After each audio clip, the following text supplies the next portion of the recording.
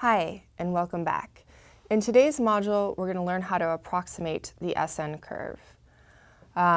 So last module, we were introduced to SN curves, and we learned how there's data from tests done on particular metals. Sometimes you don't have this test data, and you need to approximate the SN curve. The approximation that we're going to learn is good for steels, and it's good from 10 to the 3 to 10 to the 6 cycles. Again, I'd like to remind you that fatigue failure is quite dangerous and complex, and that these techniques are to approximate fatigue failure. You should always be conservative in the assumptions you're making when you do these analyses, and you always need to validate the analyses with testing. With that, here's our SN curve. So again, we have the number of stress cycles on the bottom, x-axis, and the fatigue strength on the y-axis. And generally, and then we have the endurance limit right here, where for a steel, if you are below this endurance limit, you can cycle infinitely. Now, generally, this boils down to any combination of stress and number of cycles in the green region is safe, and any combination of stress level and number of cycles in the red region, your part will fail, or it won't. For example, you can't cycle at 100 KSI for 1 million cycles. Your part's going to fail before you get to a million cycles. Okay, so let's break down the curve a little more. The SN curve, so if you have the data from testing, so if you look at like Mill Handbook 5J or other handbooks or data that's in-house, you should always use that. Sometimes all you'll have is a tensile test for the material that you're using, and in that case you may need to approximate the SN curve.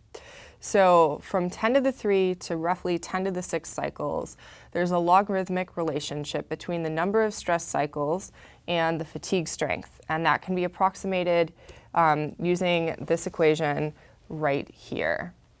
So let's take a look at that. So this equation says that the fatigue strength is equal to A, which is a variable that we'll calculate, times n to the bth power, and n is the number of cycles, or your life. A and B are based off of the ultimate strength, the fully adjusted endurance strength for your operating conditions, and F. And F is a fatigue strength fraction. So it's the fraction of fatigue strength remaining at 10 to the 3 cycles. Now in this course, I'm going to give you F. It will be given to you. You can also reverse this equation, and if you know how many times, or you know the stress level that your part has to operate at, and you're trying to figure out how long it can operate at that stress level, you can reverse it and you can say the life is equal to sigma rev divided by A to the 1 over bth power. If you're outside of this course and you're trying to figure this out and you need a resource to calculate F, F can be calculated with these equations right here, where NE is your endurance limit, and SE prime is your endurance limit of a lab specimen, so this perfect, highly polished specimen. There's also charts for F that you can utilize in Shigley's.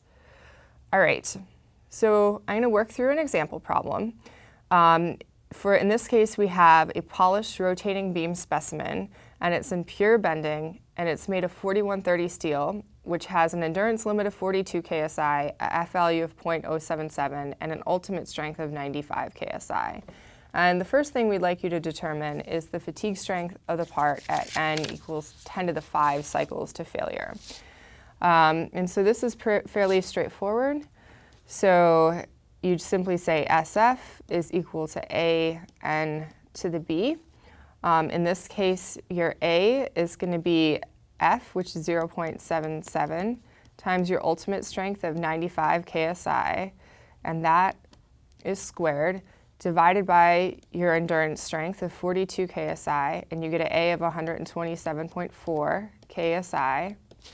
For B, you're going to get a negative 1/3 log of 0.77, or F, times 95 KSI, which is your ultimate strength, divided by your endurance strength of 42, and you get negative 0.08.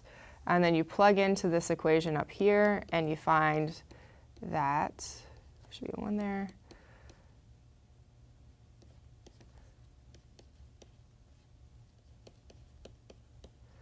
you'll find that your fatigue strength is right at 50.5 KSI.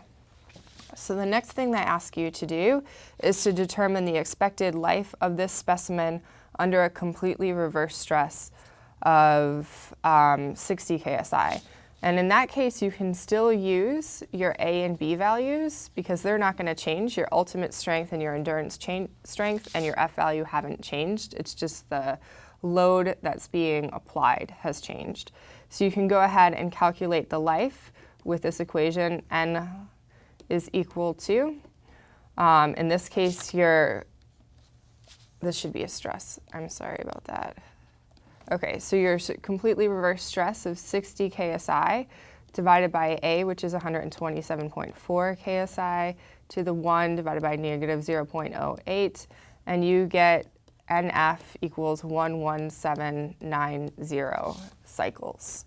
So fairly straightforward calculations for all of you engineers.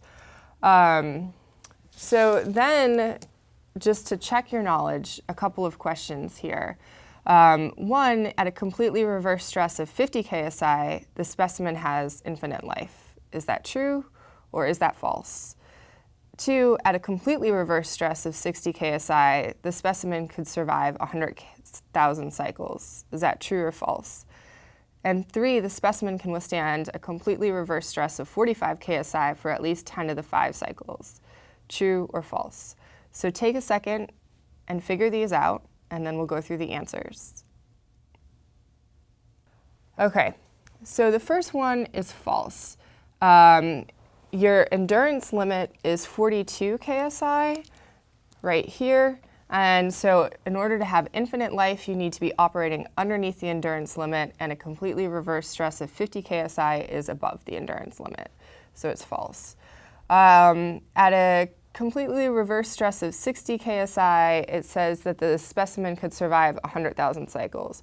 Well, here we just figured out at 100,000 cycles, our stress was 50.5 KSI. So the specimen can't survive 100,000 cycles at 60 KSI. It's going to fail before it hits it. And then here it says the specimen can withstand a completely reversed stress of 45 KSI for at least 10 to the 5 cycles. This is true because this stress is below 50 KSI, so you should be able to survive 10 to the 5 cycles. What we've done is we've done the first step in solving more complex fatigue problems, and what we determined is we determined how to estimate the SN diagram. Now, in reality, if you don't have an SN diagram, you don't know your endurance strength, right? You don't know your endurance limit. So what we're going to have to do is figure out how to estimate the endurance limit, and that's what we'll do in the next module. See you next time.